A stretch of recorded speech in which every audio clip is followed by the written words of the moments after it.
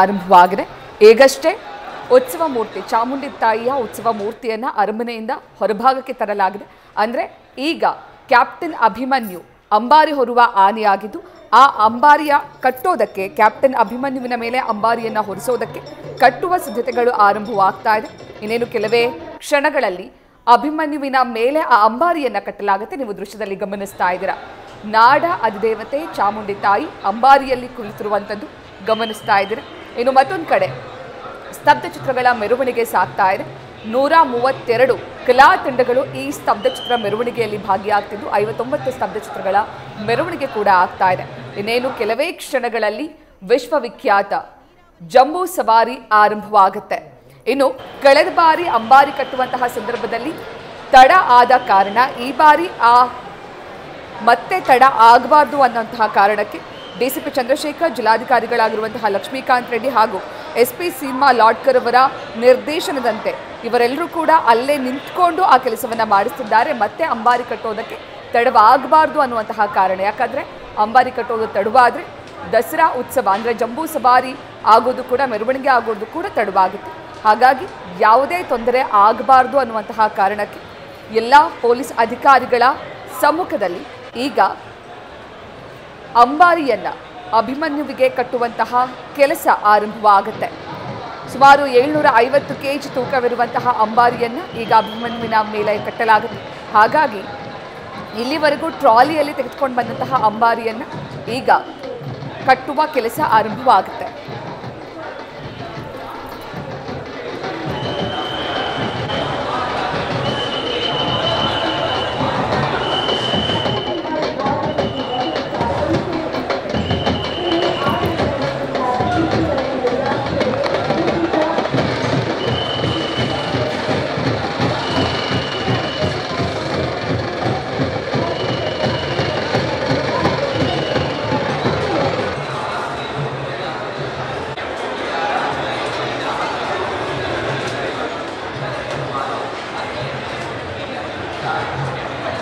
ಅಕ್ಕಪಕ್ಕದಲ್ಲಿ ಇನ್ನೆರಡು ಆನೆಗಳನ್ನು ನಿಲ್ಲಿಸಿದ್ದಾರೆ. ಅಂಬಾರಿ ಕಟ್ಟುವಂತಹ ಸಂದರ್ಭದಲ್ಲಿ ಅಭಿಮನ್ಯು ಗೊಂದಲಕ್ಕೀಡಾಗಬಾರ್ದು ಅನ್ನುವಂತಹ ಕಾರಣಕ್ಕಾಗಿ ಆತನನ್ನ ನಿಯಂತ್ರಣ ಮಾಡೋದಕ್ಕೆ ಅಕ್ಕಪಕ್ಕದಲ್ಲಿ 2 ಆನೆಗಳನ್ನು ಗಮನಿಸ್ತಾ ಇದ್ದೀರಿ. ಮಧ್ಯಭಾಗದಲ್ಲಿ ಅಭಿಮನ್ಯು ಇದ್ದಾನೆ. ಕ್ರೇನ್ನ ಸಹಾಯದಿಂದ ಅಂಬಾರಿಯನ್ನ ಆತನ ಮೇಲೆ ಶಿಫ್ಟ್ ಮಾಡಲಾಗುತ್ತೆ. ಅಭಿಮನ್ಯುವಿನ ಮೇಲೆ ಅಂಬಾರಿಯನ್ನ ಅಭಿಮನ್ಯು ಹೊರ್ತಾ ಇರುವುದು ಇದು 6ನೇ ಬಾರಿ. ಈ ವರ್ಷ ವಿಶೇಷವಾಗಿ ಚರ್ಚೆಯಲ್ಲಿರೋದೇನು ಅಂತಂದರೆ ಅಭಿಮನ್ಯುವಿಗೆ ಇದೇ ಕೊನೆಯ ದಸರಾನ ಅನ್ನುವಂಥ ಒಂದು ಚರ್ಚೆ. ಯಾಕಂದರೆ ಸರ್ಕಾರದ ಮಟ್ಟದಲ್ಲಿ 60 ವರ್ಷ ಹೇಗೆ ರಿಟೈರ್ಮೆಂಟ್ ಏಜೋ, ಆನೆಗಳ ವಿಚಾರದಲ್ಲೂ ಅರಣ್ಯ ಇಲಾಖೆಯಲ್ಲೂ ಅಂಥದ್ದೊಂದು ನಿಯಮ ಇದೆ ಅನ್ನುವಂಥ ಮಾತಿದೆ. ಇದನ್ನು ಯಾರೂ ಕೂಡ ಅಧಿಕೃತವಾಗಿ ಹೇಳಿಲ್ಲ, ಬಟ್ ಚರ್ಚೆಯಂತೂ ಇದೆ. ಅಭಿಮನ್ಯುವಿಗೆ ಇದೇ ಕೊನೆಯ ದಸರಾ ಆಗುತ್ತೇನೋ ಅನ್ನುವಂಥ ಚರ್ಚೆಗಳಿದ್ದಾವೆ. ಸದ್ಯ ದೃಶ್ಯಗಳಲ್ಲಿ ನೋಡ್ತಾ ಇದ್ದೀರಿ ಅಂಬಾರಿಯನ್ನು ಕಟ್ಟುವಂಥ ಪ್ರಕ್ರಿಯೆ. ಶಲ್ವಪಳೆ ಸರ್, ಈ ಪ್ರಕ್ರಿಯೆಗಳ ಬಗ್ಗೆ ಒಂದಿಷ್ಟು ಹೇಳ್ಬೋದಾ ಅಂತೇಳಿ, ಜೊತೆಗೆ ಅಭಿಮನ್ಯುವಿನ ಕೊನೆಯ ದಸರಾ ಅನ್ನುವಂಥ ಚರ್ಚೆಗಳು ಕೂಡ ಇದ್ದಾವೆ. ಇಲ್ಲ, ಸಾಮಾನ್ಯವಾಗಿ ಆನೆಗಳನ್ನು ಆಯ್ಕೆ ಮಾಡಿಕೊಳ್ಳುವಾಗ ಅದರ ಆರೋಗ್ಯ ಇವೆಲ್ಲವನ್ನು ಗಮನಿಸಬೇಕಾಗ್ತದೆ. ಈ ಆರೋಗ್ಯವನ್ನು ನೋಡೋದಕ್ಕೋಸ್ಕರನೇ ನಮ್ಮ ವೈದ್ಯಾಧಿಕಾರಿಗಳು ಕೂಡ ಇರ್ತಾರೆ ಅರಣ್ಯ ಇಲಾಖೆಯಲ್ಲಿ. ಅವರೆಲ್ಲ ಇಲ್ಲಿದ್ದು ಅದನ್ನು ಬಹಳ ಸಲ ಅಬ್ಸರ್ವ್ ಮಾಡಿ ಅದಕ್ಕೆ ಕ್ಷಮತೆ ಇದೆಯಾ, ಅದು ತಡೆಯೋದಕ್ಕಾಗುತ್ತಾ, ಅದರ ಹೃದಯದ ಸುಸ್ಥಿರತೆ ಹೇಗಿದೆ, ಇವೆಲ್ಲ ನೋಡಿಕೊಂಡೇ ಮಾಡುವಂಥದ್ದು. ಆದರೂ ಕೂಡ ಕೆಲವೊಮ್ಮೆ ಏನಾಗುತ್ತೆ, ಹ್ಯೂಮನ್ ಎರರ್ಸ್ ಅನ್ನೋದು ಇದ್ದೇ ಇದೆ. ಲಾಸ್ಟ್ ಟೈಮ್ ಏನಾಗೋಯಿತು ಅಂದರೆ, ಒಂದು ಹೆಣ್ಣಾನೆಯನ್ನು ಕರ್ಕೊಂಡ್ಬಂದಿದ್ರು, ಅದು ಗರ್ಭಿಣಿಯಾಗಿದ್ದರೂ ಕೂಡ ಅದನ್ನು ಬಳಸ್ತಾ ಇದ್ರು. ಆಮೇಲೆ ಅಲ್ಲೇ ಅದು ಅರಮನೆ ಒಳಗಡೆನೇ ಅದು ತನ್ನ ಮರಿಯನ್ನು ಹಾಕ್ತು. ಇದರಿಂದಾಗಿ ಪ್ರಾಣಿ ಪ್ರಿಯರಲ್ಲಿ ತುಂಬ ನೋವುಂಟು ಮಾಡ್ತದೆ. ಅಂದರೆ ನೀವು ಇಷ್ಟು ದಿನ ಅರಮನೆಯಲ್ಲಿ ಬಳಸಿದಂತಹ ಆನೆ ಇದೆಯಲ್ಲ, ಅವುಗಳನ್ನು ಇದಕ್ಕೆ ಬಳಸ್ತಾ ಇದ್ರಿ, ನಡೆಸ್ತಾ ಇದ್ರಿ, ಆದರೆ ಅದು ಗರ್ಭಿಣಿ ಆಗಿದೆ ಅನ್ನೋದೇ ನಿಮಗೆ ಗೊತ್ತಿಲ್ವಲ್ಲ ಅಂತ ಕ್ರಿಟಿಸಿಸಮ್ಗೆ ಕಾರಣವಾಯಿತು. ಹಾಗಾಗಿ ಆನೆಗಳನ್ನು ಬಳಸುವಾಗ ಈ ಎಲ್ಲ ಎಚ್ಚರಿಕೆಗಳನ್ನು ತಗೊಳ್ತಾರೆ. ಹಾಗಾಗಿ ಸ್ವಲ್ಪ ವಯಸ್ಸಾದ ಮೇಲೆ ಅದನ್ನು ಕೈ ಬಿಡೋದು ಒಳ್ಳೆಯದು ಅನ್ನೋದು ಎಲ್ಲರ ಅಭಿಪ್ರಾಯ. ಸೊ ಹಾಗಾಗಿ ಅಭಿಮನ್ಯುದು ಕೊನೆಯದು ಆಗಿರಬಹುದು, ಆದರೆ ಅದಕ್ಕಾಗಿ ಯಾರು ಮುಂದೆ ಬರ್ತಾರೆ ಅನ್ನೋದು, ನೆಕ್ಸ್ಟ್ ಯಾರು ಅನ್ನೋದನ್ನು ಯೋಚನೆ ಮಾಡ್ತಾ ಇದ್ದಾರೆ. ಇನ್ನು ಇಲ್ಲಿ ಆನೆಯನ್ನು ಕಟ್ಟುವಂತಹ, ಅಂದರೆ ಅಂಬಾರಿಯನ್ನು ಕಟ್ಟುವಂತಹ ಪ್ರಕ್ರಿಯೆಯನ್ನು ನೀವೆಲ್ಲ ನೋಡ್ತಾ ಇದ್ದೀರಿ.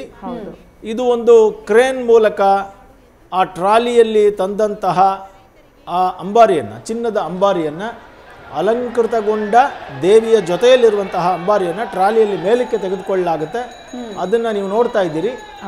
ಈಗ ಹಿಂಭಾಗದಿಂದ ಕರೆಕ್ಟಾಗಿ ಈ ಆ ಮಧ್ಯದಲ್ಲಿ ಇದೆಯಲ್ಲ, ಅದಕ್ಕೆ ಮಧ್ಯದಲ್ಲಿ ಕರೆಕ್ಟಾಗಿ ಅವನು ಅಭಿಮನ್ಯುನ ತಂದು ನಿಲ್ಲಿಸ್ತಾರೆ ಮಾವುತರು. ಬಂದಿದ್ದಾನೆ ಆಲ್ರೆಡಿ ಅಭಿಮನ್ಯು ಬರ್ತಾ ಇದ್ದಾನೆ ಇವಾಗ ನೋಡಿ, ಬರ್ತಾ ಇದ್ದಾನೆ. ಈ ಎತ್ತರಗಳನ್ನು ಅವರೇ ನೋಡ್ಕೊಳ್ತಾರೆ. ಈಗ ಆ ಅಂಬಾರಿಯ ಮೇಲ್ಭಾಗದಲ್ಲಿ, ಅಂದರೆ ಆನೆಯ ಮೇಲ್ಭಾಗದಲ್ಲಿರೋ ಗಾದಿಗೆ ಸರಿಯಾಗಿ 4 ಕಡೆಗೆ ಸಮಾನವಾಗಿ ಭಾರ ಇರುವ ಹಾಗೆ, ಯಾವುದೇ ಭಾಗಕ್ಕೆ, ಇವಾಗ ನಮಗೆ ಆಗಲಿ ಮೂಟೆ ಹೊರಿಸಿದ್ರೆ ಏನಾಗುತ್ತೆ, ಒಂದು ಭಾಗಕ್ಕೆ ಬಿದ್ದುಬಿಟ್ರೆ ನಮ್ಮ ಕೈಲಿ ಎತ್ತೋಕ್ಕಾಗಲ್ಲ. ಅಂದರೆ ನಮಗೂ ಒಂದು ಬ್ಯಾಲೆನ್ಸ್ ಬೇಕು. ಹಾಗೆ ಬ್ಯಾಲೆನ್ಸನ್ನು ನೋಡಿ ಅದನ್ನು ಕರೆಕ್ಟಾಗಿ ಆನೆ ಮೇಲೆ ಕಟ್ತಾರೆ. ಇದಕ್ಕೆ ಸ್ವಲ್ಪ ಆತರ ಆಗಬಾರ್ದು, ಸ್ವಲ್ಪ ನಿಧಾನ ಬೇಕು. ಯಾಕೆಂದರೆ ಒಂದು ಗೊಂದಲ, ಒಂದು ಸಣ್ಣ ಗೊಂದಲ ಅಥವಾ ಒಂದು ಆತುರ ನೆಕ್ಸ್ಟು ಬೇರೆ ಕಾರಣಗಳಾಗ್ಬೋದು, ಬೇರೆ ರೀತಿಯ ಅಪಾಯಗಳನ್ನು ತಂದೊಡ್ಬೋದು ಅನ್ನೋದು, ಅದಕ್ಕೆ ಇದಕ್ಕೆ ಟೈಮ್ ಕೊಡ್ತಾರೆ. ಈಗ ಎಚ್ಚರಿಕೆಯಿಂದ ಕಟ್ತಾರೆ. ಈ ಸಂದರ್ಭದಲ್ಲಿ ಅಭಿಮನ್ಯು ಏನಾದರೂ ಒತ್ತಡಕ್ಕೆ ಒಳಗಾದರೆ ಅದನ್ನು ಯಾರೋ ಒತ್ತಡವನ್ನು ಕಂಟ್ರೋಲ್ ಮಾಡೋಕ್ಕಾಗಲ್ಲ. ಮಾವುತ ತನ್ನ ಕಂಟ್ರೋಲ್ ಮಾಡ್ಬೋದು, ಮಾವುತ ಅದಕ್ಕೆ ನೋವುಂಟು ಮಾಡಬಹುದು ಅಷ್ಟೇ ಹೊರತು ಪ್ರೀತಿಯನ್ನು, ವಿಶ್ವಾಸವನ್ನು ಕೊಡೋದಕ್ಕಾಗೋದಿಲ್ಲ. ಆ ಪ್ರೀತಿ ವಿಶ್ವಾಸಗಳನ್ನು ಅದರ ಕುಮ್ಕಿ ಆನೆಗಳಾಗಿರುವಂತಹ ಆ ಕಾವೇರಿ ಮತ್ತು ರೂಪಾರೇ ಕೊಡಬೇಕು. ಸೊ ಹಾಗಾಗಿ ಅಭಿಮನ್ಯುವಿನ ಅಕ್ಕಪಕ್ಕದಲ್ಲಿ ಆ ಆನೆಗಳು ನಿಂತಿರ್ತವೆ, ಒಂದು ಮೆರವಣಿಗೆಯಲ್ಲೂ ಹೋಗ್ತಾ ಇರ್ತವೆ. ಒಂದು ರೀತಿ ಭಾರನೋ ಭಯವೋ ಇನ್ಯಾವುದೋ ಎಮೋಷನ್ಸ್ಗೆ ಆ ಅಭಿಮನ್ಯು ಒಳಗಾದಾಗ ಮನುಷ್ಯರ ಥರನೇ ಪಕ್ಕದಲ್ಲಿರುವಂತಹ ಕಾವೇರಿ ಮತ್ತು ರೂಪ ನೀವು ನೋಡ್ಬೇಕು ಅದನ್ನೆಲ್ಲ. ಅದರಲ್ಲಿನ ಆ ಸೌಂದರ್ಯವನ್ನು ನೋಡಬೇಕು ಅಂದರೆ ಒಂದ್ಸಲಿ ಆದರೂ ದಸರಾದ ಮೆರವಣಿಗೆಯಲ್ಲಿ ಸಾಗಬೇಕು. ಪಕ್ಕದಲ್ಲಿ ತುಂಬ ಒತ್ತಡಕ್ಕೊಳಗಾದಾಗ ಅಭಿಮನ್ಯು ತನ್ನ ಸೊಂಡಲನ್ನು ಹೀಗೆ ಎತ್ತುತ್ತೆ. ಪಕ್ಕದಲ್ಲಿರೋ ರೂಪ ಮತ್ತು ಕಾವೇರಿ ಅಥವಾ ಯಾವುದೇ ಕುಮ್ಕಿ ಆನೆಗಳು ತಮ್ಮ ಸೊಂಡ್ಲ ಮುಖಾಂತರನೇ ಅದಕ್ಕೊಂದು ಸವರ್ತವೆ. ಸಾಂತ್ವನ ಅಂದ್ರೆ ನಾವಿದ್ದೀವಿ ಇಲ್ಲಿ ಅನ್ನೋ ಹಾಗೆ ಒಂದು ಇದನ್ನು ಹೇಳ್ತೇವೆ, ಮಾತಾಡ್ತೇವೆ. ನಿಮಗೆ ಆನೆಯ ಬಗ್ಗೆ ಗೊತ್ತಿರಲಿ, ಆನೆಯ ಬಗ್ಗೆ ಬಹಳ ಜನ ಹೇಳಿದ್ದಾರೆ ವಿಜ್ಞಾನಿಗಳು. 2 ಕಿಲೋಮೀಟರ್ ದೂರದವರೆಗೂ ಸಂವಹನ ಮಾಡ್ತವೆ, ತಮ್ಮದೇ ಆದ ಭಾಷೆಯಲ್ಲಿ ಮಾಡ್ತವೆ.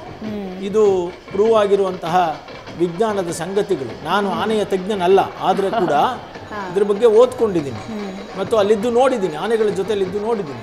ಸೊ ಹಾಗಾಗಿ ಆ 2 ಆನೆಗಳನ್ನು ನೀವು ನೋಡ್ಬೋದು. ಇವಾಗ ಅಕ್ಕಪಕ್ಕ ನಿಂತಿದ್ದಾವವು, ಆದರೆ ಇದ್ರೊಳಗಡೆ ಇರೋದು ಬರೀ ಅಭಿಮನ್ಯು ಮಾತ್ರ.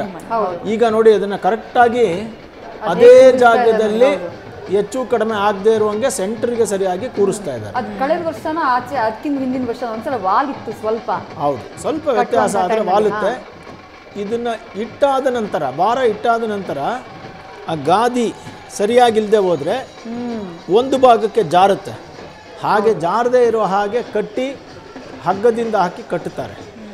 ಇದೆಲ್ಲ ಕಟ್ಟಿದ ಮೇಲೆ ತಗೊಂಡ್ಬರ್ತಾರೆ. ಇನ್ನೂ ಒಂದು ವಿಶೇಷ ಏನು ಅಂದರೆ ಅಲ್ಲಿ ಮಳೆ ಬರ್ತಾ ಇದೆ, ತಾವೆಲ್ಲ ನೋಡ್ತಾ ಇದ್ದೀರಿ.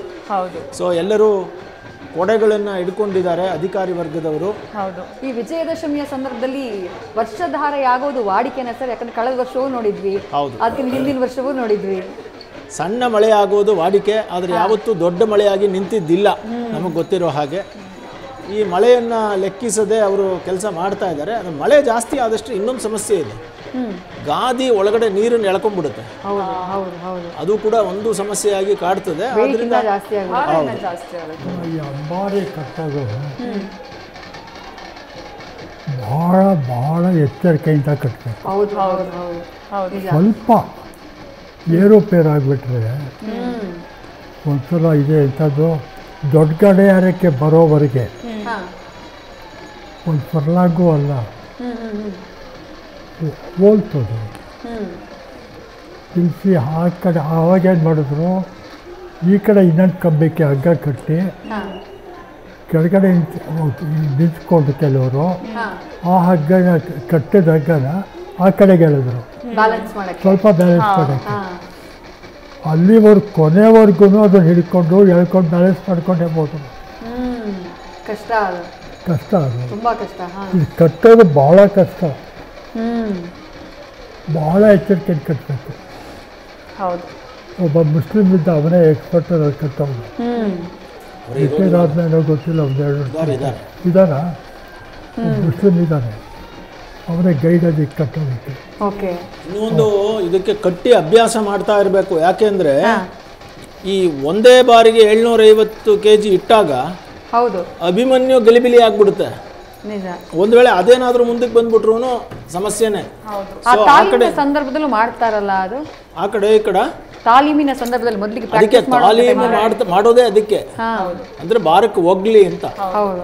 ಸೊ ಆ ಕಡೆ ಈ ಕಡೆ ಅದು ಅಲ್ಲದೆ ಮಾವುತರು ಅದ್ರ ಕಿವಿಯ ಪಕ್ಕದಲ್ಲಿ ಕಾಲ ಹತ್ರ ಎಲ್ಲ ಇಡ್ತಾರೆ, ಅವರು ಅದನ್ನ ಇದ್ ಮಾಡ್ತಾ ಇರ್ತಾರೆ. ಅದು ಅಲ್ಲದೆ ಅವು ಕಣ್ಣಿನ ಅಂಚಿನಲ್ಲಿಯೇ ಆ ರೂಪ ಮತ್ತು ಇವರು ಇದ್ದೇ ಇರ್ತಾರೆ ಪಕ್ಕದಲ್ಲಿ. ಅದರಿಂದ ಅದು ಇಲ್ಲಿ ಏನಾಗಿದ್ದಾರೆ ಅಂದ್ರೆ ಜನಕ್ಕೆ ಕಾಣದೇ ಇರೋ ಹಾಗೆ ಒಂದು ವ್ಯವಸ್ಥೆ ಮಾಡಿದ್ದಾರೆ. ಇಲ್ಲಾಂದ್ರೆ ಏನಾಗುತ್ತೆ, ಅಲ್ಲಿರೋರೆಲ್ಲ ಅಷ್ಟು ಜನ ಬಂದಿರೋರು ಹೋಗಿ ಅದನ್ನ ನೋಡಕ್ ನಿಂತ್ಕೊಳ್ತಾರೆ. ಯಾವಾಗ ಜನ ಜಾಸ್ತಿನೋ ಜನಕ್ಕೆ ಅರ್ಥ ಆಗಲ್ಲ, ಜನ ನಾವು ನೋಡ್ಬೇಕು ಅನ್ನೋ ಆಸೆ ಇರುತ್ತೆ. ಜನ ಜಾಸ್ತಿ ಆದಷ್ಟು ಆನೆಗಳಿಗೆ ಇಷ್ಟ ಆಗಲ್ಲ ಆ ಸಂದರ್ಭದಲ್ಲಿ. ಆಮೇಲೆ ಇನ್ನೊಂದು ಸಮಸ್ಯೆ, ಆನೆ ಹೆಜ್ಜೆ ಇಡುವಾಗ, ಮುಂದಕ್ಕೆ ಹೋಗ್ತಾ ಇರುವಾಗ ಅಂಬಾರಿ ಅಲ್ಲಾಡುತ್ತೆ ಪುನಃ.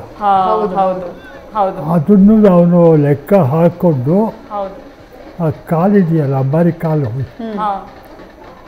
ಅದನ್ನ ಮೆತ್ತೆ ಒಳಗೆ ಇಟ್ಟಾಗ ಮಾಡಿ ಅದನ್ನ ನಿರೀಕ್ಷೆ ಮಾಡಿ ಅವನು ಕಟ್ಟಬೇಕು. Okay okay. ಅಲ್ಲಿಗೆ ಅಂಬಾರಿಯನ್ನ ಕೂರಿಸಿ ಆಯ್ತು. ಓಲೋದು ತುಂಬ ಜಾಸ್ತಿ. ಆನೆ ಒಂದೇ ಕ್ರಮದಲ್ಲಿ ಹೆಜ್ಜೆ ಇಟ್ಟರು ಪರವಾಗಿಲ್ಲ, ಒಂದ್ಸಲ ಸ್ವಲ್ಪ ಬೇಗ ಹೋದ್ರೆ ಇದೇರುಪೇರಾಗುತ್ತೆ. ಹೌದು, ಕಟ್ಟುವಾಗಲೇ ಸರಿಯಾಗಿ ಕಟ್ಟಿದ್ರೆ ಯಾವುದೇ ರೀತಿಯಾದಂತಹ ತೊಂದರೆ ಇಲ್ಲ. ಅಂಬಾರಿಯನ್ನ ಕಟ್ಟಾಗಿದೆ. ಮತ್ತಷ್ಟು ಡೀಟೇಲ್ಸ್ ಜೊತೆಗೆ ಜಂಬೂ ಸವಾರಿಯ ನೇರ ಪ್ರಸಾರ ಎಲ್ಲರೂ ಕಾಯ್ತಾ ಇರೋದು. ಡೀಟೇಲ್ಸ್ ನ ಮುಂದುವರಿಸೋಣ. ನ್ಯೂಸ್ ಫಸ್ಟ್, ನಿರ್ಭೀತಿಯಿಂದ ನಿಮ್ಮ ಪರವಾಗಿ.